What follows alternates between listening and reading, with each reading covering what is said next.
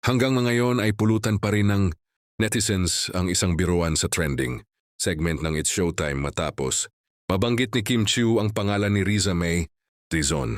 Sa naturang eksena, tinawag umano ni Kim na Riza May si Jugs Jugeta habang nakaka-costume ito sa segment na agad namang napansin ng ilang manonood online. Dahil dito, sari-saring reaksyon ang lumabas sa social media. May ilan na natawa at itinuring itong karaniwang biruan lamang sa noontime show. Ngunit mayroon ding hindi nagustuhan ang pagkakadawit sa pangalan ng Eat Bulaga host. Para sa ilang netizens, dapat daw ay maging maingat pa rin ang mga host sa mga pangalan na kanilang nababanggit kahit bahagi ito ng pagpapatawa. Agad namang ipinagtanggol ni Vice Ganda si Kim sa gitna ng usapin. Ayon kay Mime, hindi dapat masyadong seryosohin ang mga joke na nagaganap sa programa dahil likas na bahagi ito ng isang comedy at variety show.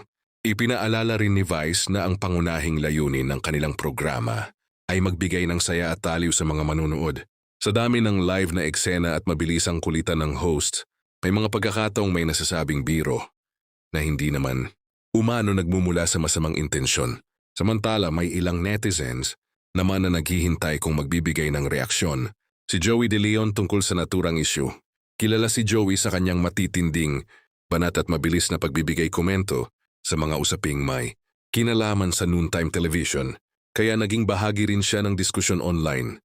Sa kabila ng magkakaibang opinyon, nananatiling malinaw na ang eksena ay naging usap-usapan dahil sa pagiging sensitibo ng ilang viewers sa mga biruan sa telebisyon.